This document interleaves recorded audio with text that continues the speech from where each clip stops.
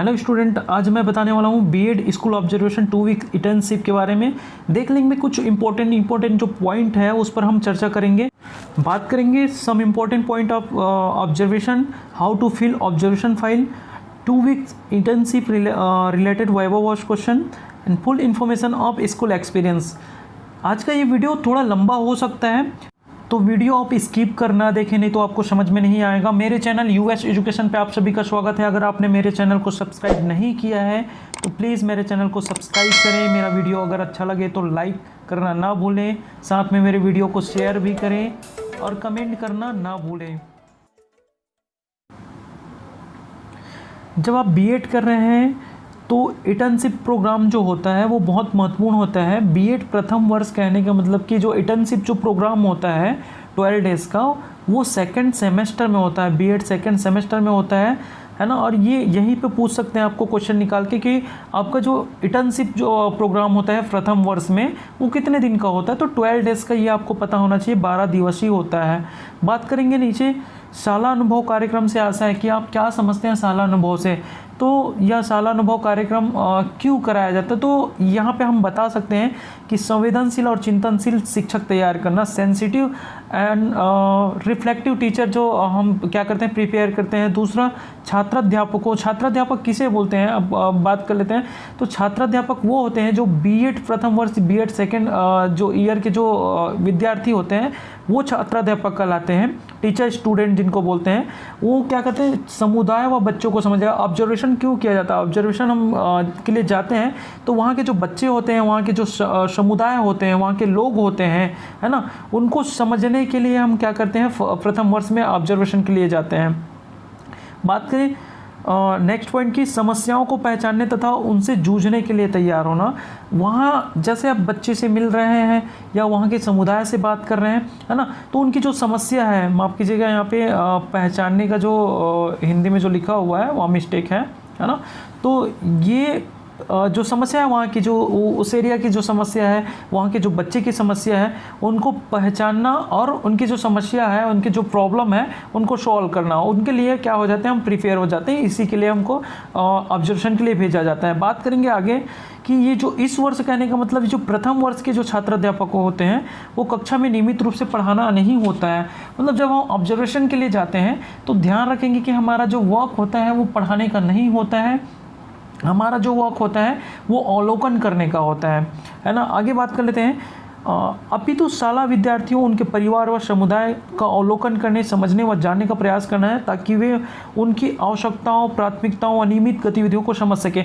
Observation हम इसलिए करते हैं ताकि हमारा, जैसे अभी थर्ड सेम में हम जाएंगे, थर्ड सेम में जो हमारा इंटर्नशिप होता है 18 वीक्स का जो इंटर्नशिप होता है, उसी के प्रिपरेशन के पहले जो तैयारी जो होती है वो हमारा जो सेकंड सेमेस्टर का जो इंटर्नशिप होता है 2 वीक्स का, वो उसी के लिए होता है कि हम बच्चे को समझ सकें, उनकी नीड क्या है ना, उनका प्रॉब्लम क्या है ना, उनको किस चीज़ों की आवश्यकता है, ये सारी चीज़ों या उनकी जो एक्टिविटी होती है, उन सारी जो क्रियाएं हैं उनको समझने के लिए क्या करते हैं हम 2 वीक्स का इंटर्नशिप करते हैं। ठीक है। और आगे लिखा हुआ आकलन की प्रक्रिया में शिक्षकों की मदद, जो से असेसमेंट जैसे करते हैं, असेसमेंट का जो प्रोसेस होता है उसमें जो हम टीचर्स का क्या करते हैं हेल्प करते हैं। स्कूल के अन्य कार्यों जैसे कुछ रचनात्मक गतिविधियों, खेलकूद के रिकॉर्ड जो होते हैं उनको व्यवस्थित करना इत्यादि कार्य किए जा सकते हैं। साथ ही अन्य विषय जैसे विद्यार्थी अध्ययन, सामयिक अध्ययन,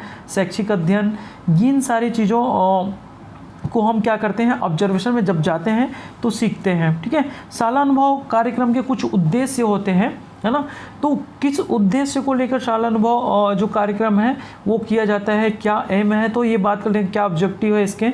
तो शाला अनुभव कार्यक्रम के एक निम्नलिखित उद्देश्य हैं। ध्यान से आप देखिएगा, आपको पूछ सकते हैं कि किस लिए या क्या उद्देश्य से आपको शाला अनुभव के लिए भेजा जाता है। तो यहाँ पे आप बात करेंगे शाला में कार्य करते हुए शाला को तथा उसमें कार्य करने के तरीके को समग्र रूप से समझने हेतु अवसर प्रदान करना।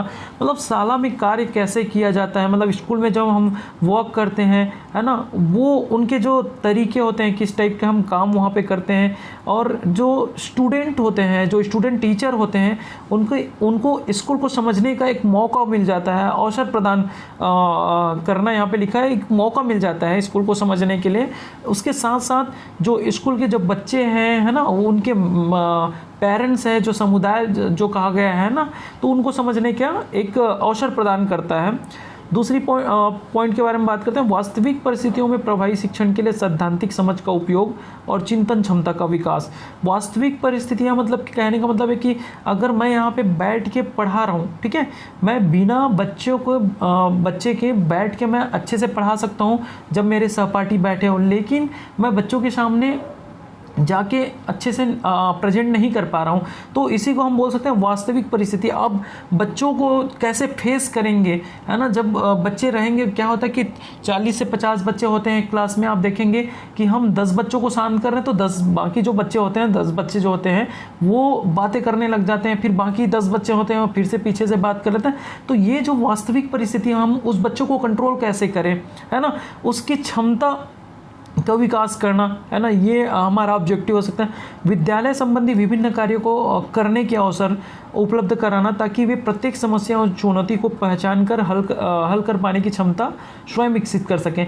मतलब स्कूल में ऐसे बहुत सारी समस्याएं होती है जिनको हमको जानना जरूरी होता है ना, तो इन सारी समस्याओं को समझने की जो क्षमता होती है वो हमारा ऑब्जेक्टिव हो सकता है, किसका, ऑब्जर्वेशन करने का। बच्चों की समझ के अनुरूप प्रभावी शिक्षण कार्य के लिए स्वयं को तैयार करना, विषय वस्तु पर पूरे अधिकार और विश्वास के साथ अध्यापन करने की क्षमता का विकास करना।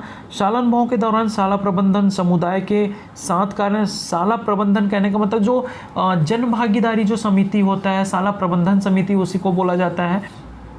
समुदाय के जो लोग होते हैं, जो स्टूडेंट्स होते हैं, उनके पेरेंट्स जो होते हैं, है ना, उनके साथ कार्य करना, बच्चों को समझना। पाठ्यसगामी क्रियाकलाप हम बोल सकते हैं कि जैसे कुछ एक्टिविटी के माध्यम से हम क्या कर सकते हैं, जो हमारा टीचिंग है और टीचिंग स्किल है उसको हम क्या करते हैं, आगे बढ़ाते हैं, जो है ना, उसको हम पाठ्यसगामी क्रिया जैसे खेलकूद के माध्यम से हम क्या कर सकते हैं, बच्चों को पढ़ा सकते हैं, है ना। ये समझाना एवं प्रभावी शिक्षण हेतु इनकी आवश्यकताओं को महसूस करने का अवसर देना, ठीक है। आगे विद्यालय समुदाय तथा बच्चों के बीच आपसी संबंध की समझ विकसित हो सके, है ना। ये तो हो गया हमारा ऑब्जेक्टिव हो गया, ठीक है। बात करते हैं कि जिस स्कूल में हम जा रहे हैं वहाँ पे कितने बच्चे होने चाहिए तब हम उस स्कूल में जा सकते हैं। तो कम से कम मिनिमम कितने स्टूडेंट होने चाहिए, 100 स्टूडेंट तो वहाँ का जो स्ट्रेंथ है वो होना चाहिए, है ना। आगे बात करते हैं कि शाला अवलोकन का कार्य छात्राध्यापकों द्वारा 2-2 के समूह में किया जाएगा। मतलब हम जाते हैं एक क्लास में, अगर जाते भी हैं तो हमको 2 के पेयर में जाना पड़ता है, मतलब पेयर में जाना पड़ता है, कहना चाहिए कि हम एक लोग हम ऑब्जर्वेशन करने के लिए नहीं जाएंगे।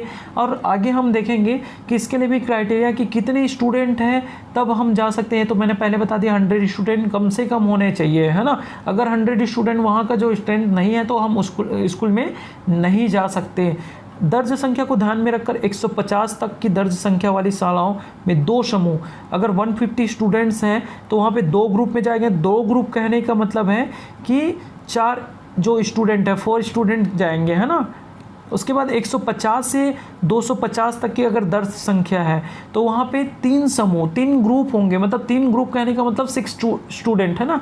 और 250 से अगर ज़्यादा है तो वहाँ पे 4 समूह, और 4 समूह से ज़्यादा नहीं हो सकते, ये ध्यान रखिएगा। तो आपको पूछा जा सकता है कि ऑब्जर्वेशन के लिए आप क्लास में कितने लोग एंटर करेंगे, तो ये क्वेश्चन हो सकता है वाइवा वर्ष का, है ना, कि आप एंटर कितने लोग एक क्लास में आप ऑब्जर्वेशन के लिए जाते हैं। तो वहाँ पे आप आंसर देना होगा कि हम ऑब्जर्वेशन के लिए 2 लोग ही जाते हैं ना, 2 लोग जाएंगे। और 2 लोग जाते हैं तो वहाँ पे कुछ कार्य जैसे टीचर क्या कर रहे हैं, टीच कर रहे हैं, तो हमको वहाँ पे देखना होता है कि वो टीचर किस तरीके से बच्चों को पढ़ा रहा है ना। और इसीलिए 2 लोग जाते हैं। देखिए नीचे में लिखा हुआ किसी भी शाला में 4 से अधिक समूह नहीं भेजे जाएंगे, तो मैंने इस पर पहले ही बात किया है। आगे इतने जानने से आपको ये तो समझ में आ गया होगा कि ऑब्जर्वेशन का ऑब्जर्वेशन क्यों किया जाता है या ऑब्जर्वेशन के लिए हमको क्यों भेजा जाता है ना। तो हम सरल शब्दों में बोल सकते हैं कि ऑब्जर्वेशन के लिए हमको इसलिए भेजा जाता है कि हम वहाँ के लोगों को जान सके, वहाँ के जो समुदाय है, वहाँ के जो बच्चे हैं, उनकी समस्याओं को समझ सकें, उनकी समस्याओं को समझकर उनका हल निकाल सकें, है ना, उस पर विचार कर सकें, वहाँ की परिस्थिति को पता लगा सकें, है ना, वहाँ की जो वातावरण है उसको हम जान सकें। इन सारी चीज़ों के लिए क्या किया जाता है, हमको ऑब्जर्वेशन के लिए भेजा जाता है।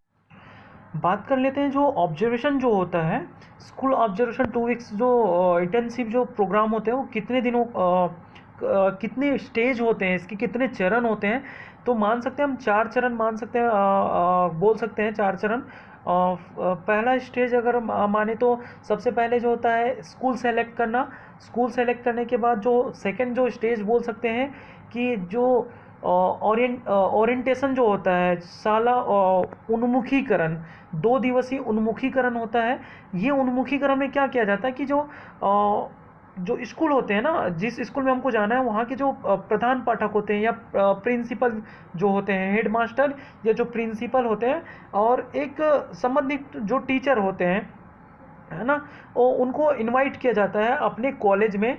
वहाँ पे 2 दिवसीय उन्मुखीकरण होता है, ओरिएंटेशन होता है, जहाँ पे कुछ इम्पोर्टेंट जो बातें होती हैं, जो कॉलेज के जो प्रिंसिपल होते हैं, कॉलेज के जो मेंटर होते हैं, उनके द्वारा जो ऑब्जर्वेशन जो होता है, उनके मुख्य बिंदु से अवगत कराते हैं किन्हें, जो वहाँ स्कूल के जो हेड मास्टर होते हैं और स्कूल के जो या प्राचार्य होते हैं या स्कूल के जो टीचर जो हम जिसको हमने इनवाइट किया हुआ है। ठीक है, तो ये सेकेंड स्टेज हो गया।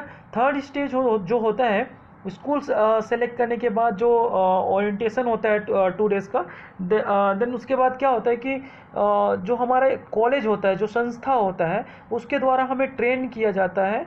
किस लिए कि हम वहाँ जाकर जो स्कूल में हम जब जाएंगे तो हम क्या क्या करेंगे, ऑब्जर्वेशन हम करेंगे, तो कौन कौन सी चीज़ों का ऑब्जर्वेशन हमें करना है, कौन से फॉर्मेट को हमें कैसे भरना है, और कौन से फॉर्मेट को कितने पेजेस का हमको भर के लाना है, कितने प्रतिवेदन बनाने हैं, इन सब के बारे में बताया जाता है। चौथा जो स्टेज होता है कि हमारा 2 वीक्स जो हमारा इंटर्नशिप जो प्रोग्राम होता है, स्कूल में जाके हमारा जो ऑब्जर्वेशन करने का प्रोग्राम होता है वो रहता है। ठीक है, जो फोर्थ स्टेज है।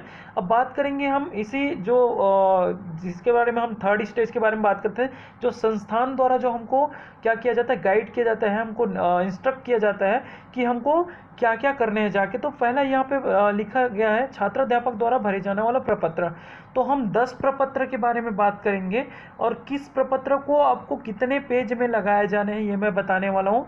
जो पहला प्रपत्र जो है उसको एक ही पेज में लगाना है, पहला जो प्रपत्र है उसको एक ही पेज में लगाना है ना। तो यहाँ पे क्या क्या होगा, देखो, शाला की वास्तविक जानकारी। अब शाला की वास्तविक जानकारी ये सारे आपको पढ़कर भरना है, ये पूरा आपके जो एक्सपीरियंस रहेंगे उसके अकॉर्डिंग रहेगा, है ना। शाला का नाम, प्रधान पाठक, प्राचार्य का नाम, ये शाला में कार्यरत शिक्षकों की संख्या, महिला पुरुष कितने हैं, विद्यालय की मूलभूत जानकारियाँ, है ना। तो यहाँ पे शाला भवन, कच्चा पक्का, टिप्पणी, आपको जो भी चीज़ें वहाँ पे आप जाएंगे, वहाँ पे आप देखेंगे, वो सारी चीज़ें आपको क्या करना है, नोट करते जाना है। जैसे 4 दीवारी कच्ची है पक्की है, दरवाज़ा 4 दीवारी पर है या नहीं है, मतलब 4 दीवारी पर है या नहीं है। अब कच्ची या पक्की, तो अगर कच्ची है तो कच्ची, पक्की है तो पक्की। दरवाज़ा 4 दीवारी पर है या नहीं है, यहाँ पे लिखना पीने के पानी की व्यवस्था है कि नहीं है, खेल का मैदान है या नहीं, साफ सफाई होता है या नहीं, और होता है तो किसके द्वारा किया जाता है। तो आप लिख सकते हैं सफाई कर्मचारी या स्वीपर के द्वारा बोल सकते हैं आप, है ना। शाला की समय सारणी पृथक से संलग्न करें। अब शाला की समय सारणी आपको कहाँ से मिलेगा, जिस शाला में आप गए हुए हैं वहाँ की समय सारणी, अब कितने बजे स्कूल ओपन होता है, कितने बजे फर्स्ट पीरियड होता है या कितने बजे तक प्रेयर होता है, वहाँ पे फर्स्ट पीरियड की बेल कितने बजे लगती है, second period, third period, short जो ब्रेक होता है वो कितने टाइम होता है, लंच ब्रेक कितने टाइम होता है, ये आपको क्या करना है, एक सीट हमको पृथक से संलग्न करना होता है। आगे हम बात करें विद्यालय में कुल कमरों की संख्या, तो यहाँ कक्षा 1, कक्षा 2, कक्षा कक्ष 2, कक्षा कक्ष 3, कक्षा कक्ष 4, आगे आप और लिख सकते हैं, है ना, अगर है तो। और देखिए टिप्पणी में लिखा हुआ है कमरों की लंबाई, चौड़ाई, हवा, रोशनी, बिजली, पंखे, खिड़की, दरवाजा की संख्या व स्थिति दर्ज करें। जैसे कक्षा कक्ष एक की बात करें तो कक्षा कक्ष एक में कितनी खिड़कियां हैं, कितने दरवाजे हैं, है ना, बिजली की व्यवस्था है कि नहीं है, पंखा है या नहीं है, यहाँ पे हमको लिखना है। ठीक है, नीचे बात करते हैं, नीचे अन्य कमरों की स्थिति बारे में बात करते हैं। शिक्षकों हेतु कमरा, जो स्टाफ रूम होता है या प्रधान पाठक जो होता है, हेडमास्टर या जो प्रिंसिपल का जो कक्ष होता है वो है या नहीं है। तो और आगे हम बात कर लेते हैं पुस्तकालय हेतु कमरा, तो लाइब्रेरी की जो सुविधा है या नहीं है, स्टोर रूम है या नहीं, खेलकूद की सामग्री है या नहीं है, ये लिखना है। और वहाँ पे आप देखिए टिप्पणी यहाँ पे भी लिखा हुआ है, तो सेम जैसे अभी आपने ऊपर किए हैं सेम करना है। मध्याह्न भोजन किचन है या नहीं है ना, कार्यालय जो है ऑफिस वर्क जहाँ पे होता है वो यहाँ है या नहीं है, ये जो आप देखेंगे वो सारा नोट करते जाएंगे। आगे बात कर लेते हैं पुस्तकालय की जानकारी। ये आप देख रहे हैं फॉर्मेट में जो दिया गया है, कुल पुस्तकों की संख्या, कविताओं की पुस्तकें, कहानियों की पुस्तकें, विषय संबंधित पुस्तकें, अन्य पुस्तकें, आपको क्या करना है काउंटिंग करके जो आपको वहाँ से स्कूल से जानकारी जो मिली है वो फिल कर लेने हैं। अब आगे बढ़ते हैं, क्या पुस्तकें पढ़ने के लिए बच्चों को अलग से समय दिया जाता है?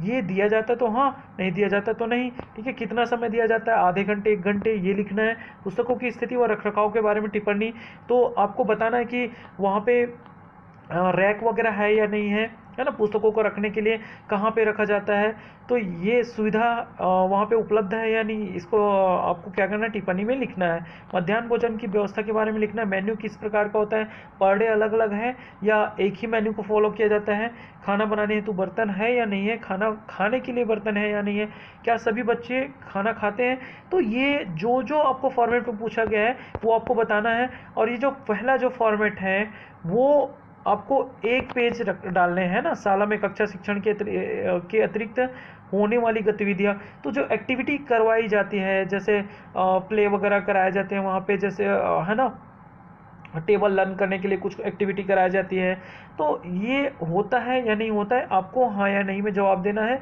और अगर पूछा जाता है कि किस टाइप के गतिविधि होते हैं, तो यहाँ पे देख सकते हैं आप, जब शाला में थे तो उस दौरान शाला में किन किन गतिविधियों का आयोजन किया, कौन कौन से एक्टिविटी है जो वहाँ पे हुआ है, उसके बारे में आपको क्या करना है यहाँ पे बताना है। क्या उस दौरान शाला में अध्ययनरत किसी बच्चों के पालक शाला में आए, तो जो फॉर्मेट में दिया है उसको आपको क्या करना है, फिल करना है ना। आगे बात करेंगे कक्षावार दर्ज संख्या, तो यहाँ पे जो फॉर्मेट दिया गया है फॉर्मेट के अकॉर्डिंग आप क्या करेंगे, यहाँ पे दर्ज संख्या क्या करेंगे, एंटर करेंगे। शिक्षक व छात्र का अनुपात, तो शिक्षक व छात्र का अनुपात कहने का मतलब है कि 30 वहाँ पे कितने बच्चे हैं और कितने शिक्षक हैं। मान के चलो कि अगर वहाँ पे 100 जो टीचर है 100 स्टूडेंट है और 3 टीचर है, तो वहाँ पे बोल सकते हैं 33 अनुपात 1 करके कर सकते हैं शिक्षक व छात्र का अनुपात, है ना, कि 33 स्टूडेंट पे 1 शिक्षक। बच्चों की पृष्ठभूमि कैसी है, कितने बच्चों का परिवार कृषि कार्य से संलग्न है, तो ये सारी जानकारी आपको जुटाना है, ये जानकारी कलेक्ट करके आपको क्या करना है, फिल करने हैं। कितने बच्चे श्रमिक परिवार से हैं, है ना, कितने बच्चों के माता पिता दोनों श्रमिक हैं, कितने बच्चे नौकरी पेशा वर्ग के हैं, कितने बच्चे व्यापारी वर्ग के हैं, और कितने बच्चों के पालक पढ़े लिखे हैं, कितने बच्चों के भाई या बहन भी स्कूल अथवा कॉलेज में पढ़ते हैं। तो ये आपको क्या करना है, नोट करने हैं। और यहाँ पे आप देख सकते हैं शिक्षक और छात्र हस्ताक्षर छात्र अध्यापक, तो शिक्षक जो है वहाँ के जो टीचर है ना, वहाँ के जो टीचर है, जैसे एक प्रधान मैंने बात किया था, एक हेड मास्टर हो गया, प्रिंसिपल हो गया, जिनको हमने इनवाइट किया था ओरिएंटेशन के लिए, और दूसरा जो एक टीचर को मैंने मतलब हमने साथ में इन्वाइट किया था, तो उसी टीचर का आप साइन लेंगे यहाँ पे, ठीक है, और छात्र अध्यापक का हस्ताक्षर में आप अपना साइन करेंगे, ठीक है। आगे हम बात करें प्रपत्र नंबर 2, प्रपत्र नंबर 2 को कितने लिखने हैं, प्रपत्र नंबर 2 और प्रपत्र नंबर 3 को 12 दिवसीय का रहता है, मतलब 12 फॉर्मेट आपको लगाने हैं प्रपत्र 2 और प्रपत्र 3 को। तो यहाँ पे भी जो जानकारी आपको मांगा गया है ना, जो जानकारी चाहिए उसको आपको क्या करना है, फिल करना है। किसी एक शिक्षक की कक्षा का अवलोकन कर निम्न बिंदुओं पर प्रतिवेदन बनाएं। प्रतिवेदन क्या होता है मैं बता दूं आपको, कि दिन भर जो होता है हमने पूरा फुल डे क्या क्या हुआ, लाइक मान सकते हैं हम, जैसे स्कूल ओपन हुआ 9:30 स्कूल ओपन हो गया, बेल बजा, बेल बजने के बाद क्या बेल बजने के बाद क्या हुआ, आपका प्रेयर हुआ, प्रेयर होने के बाद आपका फर्स्ट जैसे जस्ट क्या होता है कि बेल बजता है तो पीरियड स्टार्ट हो जाता है। तो ये सारी फर्स्ट पीरियड कौन सी क्लास का कौन से टीचर ने कौन से क्लास में क्या क्या पढ़ाया, वो उसके बारे में आपको क्या करना है, एक प्रतिवेदन बनाना है। सेकेंड पीरियड में क्या हुआ, आपने क्या किया सेकेंड पीरियड में, थर्ड पीरियड में क्या हुआ, है ना। लंच में लंच करते समय बच्चे प्रार्थना करते हैं नहीं करते, मतलब एक प्रतिवेदन होता है पूरा, फुल डिटेल्स होता है एक दिन में स्कूल में क्या क्या हुआ। तो ये प्रतिवेदन आपको क्या करना है, इन सब बिंदु पर बनाना है। समान जानकारी जैसे दिनांक हो गया, कक्षा, शिक्षक का क्या नाम है, कक्षा में कुल कितने बच्चे थे, लड़कियां कितनी, लड़के कितने, कितने उपस्थित बच्चे थे, कितने अब उपस्थित में से भी कितने लड़की है और कितने लड़कियां हैं। विशेष आवश्यकता वाले बच्चे जो डिसेबल जो होते हैं, है ना, तो वो विशेष आवश्यकता वाले बच्चे की श्रेणी में आते हैं। डिसेबल जो बच्चे होते हैं, भौतिक स्थिति के बारे में जैसे कि कक्षा की लंबाई चौड़ाई फुट में है, आप बता सकते हैं कि 20 बाई 20 का है, मतलब कि जो 20 फीट जो लंबा है ना, उसका लेंथ जो है, और वेट तो चौड़ाई जो है वो 20 फीट का है, तो या 15 या 20 का हो। तो इस टाइप का आपको क्या करना है, यहाँ पे फिल करना है। हवा, रोशनी, कितनी खिड़कियाँ, रोशनदान है, जो जानकारी पूछी गई है उसको आपको फिल करना है। और ये जो फॉर्मेट है सेकेंड वाला और थर्ड वाला, आपको 12 फॉर्मेट फिल करने हैं। लाइट पंखे की व्यवस्था है नहीं, श्यामपट्ट की संख्या, स्थिति, आकार। श्यामपट्ट कहने का मतलब श्यामपट्ट किसको कहा जाता है, ब्लैक बोर्ड जो होता है उसको श्यामपट्ट कहा जाता है। उसकी स्थिति, आकार सामान्यतः 6-4 का होता है, मतलब कि जो 4 फीट जो होती है जो ऊंचाई होती है, और 6 फीट क्या होते हैं जो चौड़ाई बोलना चाहिए, है ना।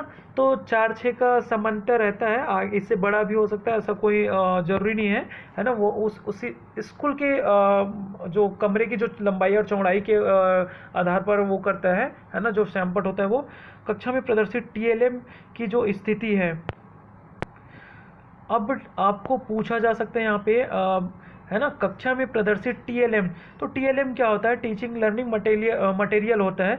उसकी वहाँ पे जो टीएलएम रखा हुआ है उसकी स्थिति कैसी है ना, मतलब वो सही जिसको हम बच्चों के सामने हम क्या कर सकते हैं, दिखा सकते हैं, शो कर सकते हैं, इस स्थिति में है या नहीं है, आपको बताना है। कक्षा में बच्चों के बैठने की जगह पर्याप्त है या नहीं है, लड़के लड़कियों की बैठने की व्यवस्था है, क्या सभी बच्चे श्यामपट्ट देख पाते हैं। क्या होता है कि कुछ बच्चे जो बड़े बच्चे होते हैं सामने बैठ जाते हैं, तो उनको पीछे वाले जो बच्चे होते हैं उनको दिक्कत होता है, तो पीछे वाले बच्चों को कुछ लोगों को दिखाई नहीं देता है। तो यहाँ पे ये पूछा गया कि क्या सभी बच्चे श्यामपट्ट देख पाते हैं।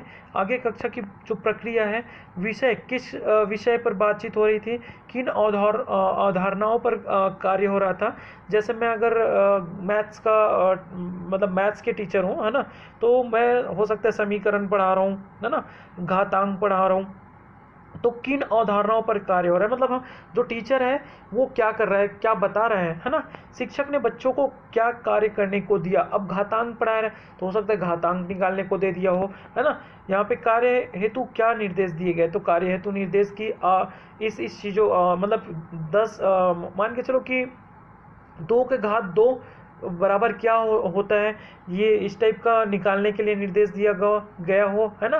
तो हो सकता है आगे बात करते हैं बच्चों द्वारा कार्य को कैसे किया गया। अब यहाँ पे बच्चों ने समूह में काम किया है, व्यक्तिगत रूप से या अन्य। तो बच्चों ने कुछ बच्चों को छोड़कर बाकी ने क्या किया, व्यक्तिगत रूप से, मतलब कि इंडिविजुअल क्या किया, वर्क किया, जैसे जो ग्रुप में करते हैं, है ना, एक साथ 3 लोग 4 लोग क्या करते हैं, ग्रुप बना के करते हैं, है ना। तो इसमें क्या हो जाता है कि हेल्प हो जाता है, एक स्टूडेंट दूसरे स्टूडेंट का हेल्प कर पाते हैं, है ना। कितने बच्चे कार्य में मशगूल थे, मतलब वर्क जो कितने बच्चे वर्क कर रहे थे, जो उनका जो स्कूल जो कक्षा कार्य जो था, है ना, क्लास वर्क जो था, वो कितने बच्चे कर रहे थे, कितने बच्चे नहीं कर रहे थे, इसके बारे में बात कर रहे हैं। कितने बच्चे मशगूल नहीं थे, वह क्यों, है ना। कुछ बच्चों का ध्यान नहीं होता है जब टीचर उनको वर्क देते हैं, तो है ना। शिक्षक ने बच्चों से क्या पूछा, बातचीत के कुछ उदाहरण, तो हो सकता है कि घातांक की परिभाषा के बारे में पूछ दिया हो, है ना, या घात कैसे आप निकालते हैं तो उसके बारे में पूछ दिया होगा, तो उसके बारे में यहाँ पे बताया है ना, कि कुछ उदाहरण आपको प्रस्तुत करना है, तो यहाँ पे आपको लिखने पड़ेंगे बच्चों द्वारा दिए गए जवाब एवं पूछे गए प्रश्न, कुछ उदाहरण। तो जो बच्चे जो आंसर किए होंगे उसके बारे में बताना है ना, यहाँ पे लिखना है आपको। आगे बात करें, बच्चे द्वारा ध्यान न देने पर शिक्षक की क्या प्रतिक्रिया। क्या प्रतिक्रिया थी, मतलब शिक्षक ने क्या बच्चों को डांटा वहाँ पे, या उनको इंस्ट्रक्ट किए, उनको फिर से समझाया कि आपका ध्यान क्यों नहीं है, आप पढ़ाई में ध्यान क्यों नहीं दे रहे हैं। आगे क्या पूरी कक्षा के दौरान शिक्षक ने बच्चों को मारा, पीटा, डांटा, फटकारा, जो भी होता है उस शिक्षण के दौरान, तो आपको यहाँ पे क्या करना है, नोट करना है। शिक्षक का बच्चों के प्रति व्यवहार कैसा था, क्या शिक्षक बच्चों को के नाम जानते हैं, क्या सभी बच्चों से बात करते हैं, समानतः किस भाषा में बात करते हैं, बच्चों के बीच आपसी संबंध, क्या पढ़ाने के अलावा कोई अन्य कार्य शिक्षक द्वारा किया गया, अगर किया गया तो आपको वहाँ पे नोट करने हैं। श्यामपट्ट का इस्तेमाल किस प्रकार हो रहा था, तो एग्जाम्पल जैसे श्यामपट्ट का, जैसे कोई भी जो प्रॉब्लम होता है उसको सॉल्व करने के लिए श्यामपट्ट का यूज़ करते हैं, तो आप यहाँ पे बता सकते हैं कि श्यामपट्ट का जो यूज़ है वो सवाल को हल करने के लिए या डायग्राम वगैरह बनाने के लिए, तो इस टाइप का हम क्या कर सकते हैं, यहाँ पे बता सकते हैं। शिक्षक ने बच्चों की समझ को कैसे जांचा, उदाहरण के साथ बताइए।